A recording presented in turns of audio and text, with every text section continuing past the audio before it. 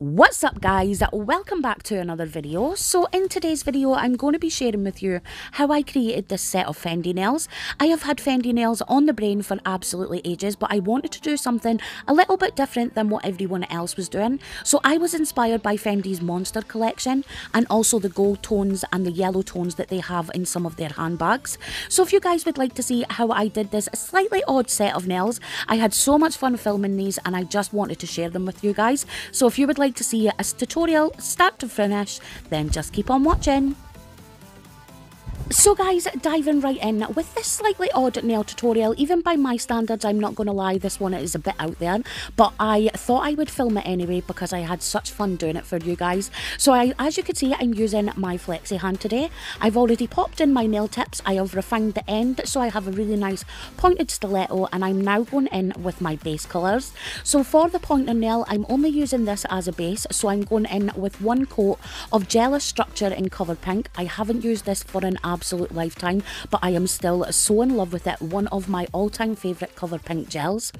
And then for the middle finger, I'm using this Black Ghost. This is by Indigo Nails. It's called Black Ghost obviously, and it's part of their glass collection. This was a collection of translucent gels. I got 3 to try and I am so in love with them that I definitely will be adding more to my collection. So again, I am only using one coat of this.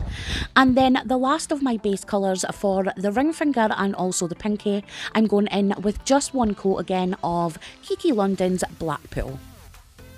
So now I'm going in with my nail art, and I'm starting with the ring finger and I'm going in with the iconic Fendi logo, and I took my inspiration from that little gorgeous bag that you just seen, and I'm basically starting at the top of the cuticle area and just mapping out where I want the first row of those F's to be.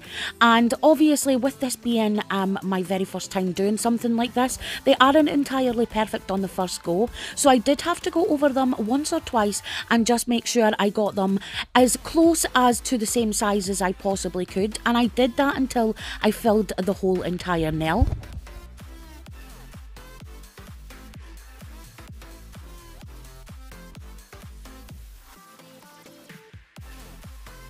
And here it is what the nail looks like once I have gone ahead and finished it, and as you can see, it's super pretty over that translucent black base. So now I'm going in with that same black gel and I'm just outlining that whole nail. And again, once I was happy with the position of that gel, I went ahead and fully cured that nail for 30 seconds. So now I'm moving on to the pointer nail, which is my colour block nail. So I'm first going in with a stripe of that black gel paint, and this is going to help me map out the top of my colour block. And then I'm filling that in with Indigo Nails Black Ghost again. I just add a layer of that, and then to smooth out the top, I just drag any excess down into the middle of the nail. It isn't going to matter because I'm going to be filling it in with black anyway. And then I flash cured that for 10 seconds, and then I went in with Kiki London's Blackpool, and again I flash cured that layer just so it didn't interrupt with the next part of my colour block. And then for the third section of my colour block, I'm going in with some Semilac Strong White, and then at the bottom I go in with another Semilac polish. This time this one is called Kaymak Sweet, and it is absolutely gorgeous. So I just filled that bottom half of that, and then I fully cured that nail for 30 seconds. So now we move on to the slightly odd nail, and this one was inspired by this ugly ass set of shoes that I found again on Pinterest. They cost an absolute arm and a leg, and I'm not even kidding guys, they are the oddest pair of shoes I've probably seen in a lifetime. So I started this nail by doing a slightly chevron design at the top, like a larger triangle at the bottom, and then a smaller one inside, which I filled in, and then I cured that for about 15 seconds just so I could move on with the rest of my design. And then I went in with the eyes. So you basically want to start with like a triangle shape but make it rounded at the corner. So that's what I did for both of those, but as you can see I made one slightly bigger than the other, so I did have to go in and just add some black gel polish later on just to fix the shape and the size of those eyes. And then I again fully cured that nail for 30 seconds, and then I switched back over to that Kaymak Sweet, which I'm not even kidding, using is a simply stunning polish, and then I just went ahead and filled in the eyes with that, and I ended up doing 2 coats so I had full opacity, curing each for about 30 seconds. And then I went ahead and filled in that little triangle in the middle there with some blue gel polish. Again, I cured that for a full 30 seconds.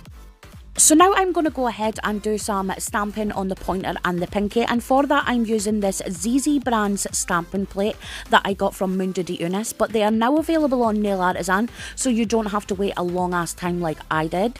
So I'm using that Fendi logo and I'm stamping that directly into the middle of that black bit in my colour block nail, and then I'm using the slightly larger Fendi logo for the pinky, and I'm also using Mundu de Unas white stamping polish and my Nail Artisan stamper for that. So now to finish off that pointer nail, I'm going in again with that black gel polish and I'm adding the Fendi logo going across that nail, and then I went ahead and outlined that with a black gel polish and also with a white one, just to add a little bit of dimension to the nail and bring everything together.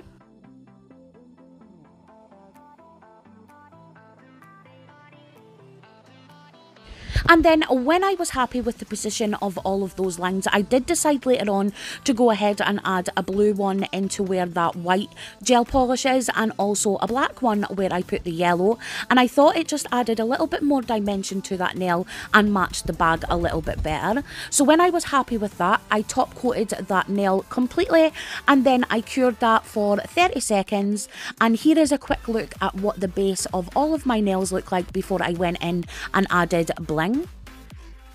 And then to add a more 3D effect to that pointer nail, I decided to go in and outline that Fendi logo again with that black gel paint, and then add some black acrylic powder to that nail, and then I cured that wet gel and brushed off any excess with my duster brush and cleaned up that nail with some isopropyl alcohol.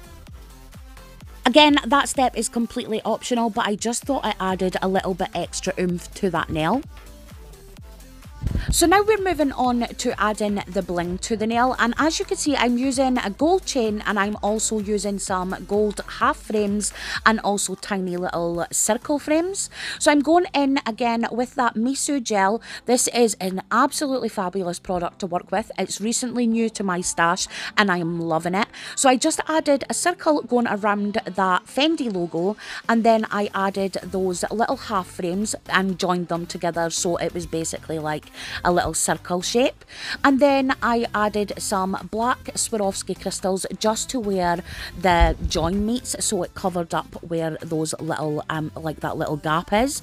And then when I was happy with that, I fully cured that nail again for 60 seconds just so everything was set and secured in place. And then for the ring finger, that's where I'm going to be using the chain and the little circle frames.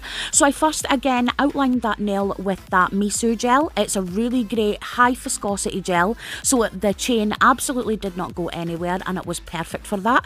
And then I top coated that wet gel just so I had a smooth surface to start adding my bling to. And then as you can see, I'm basically taking a little circle frame, just a tiny little one, and I'm going to thread that chain through that little frame. And then I'm going to use that so it resembles the little locks and things that it had on that little bag. So it was a little bit fiddly to work with, I'm not going to lie. It took a little bit for me to get everything positioned in place, but once I did, as you can see, it was going nowhere. So I just fiddled around with that little circle frame bit until I was happy with it. Again, making sure the tip of my nail stayed nice and pointed. And then again, I fully cured that nail for 60 seconds just to make sure that was secured in place. And then once that was dry, I took my stork scissors and went ahead and cut off any of the excess, and I just love how that nail turned out.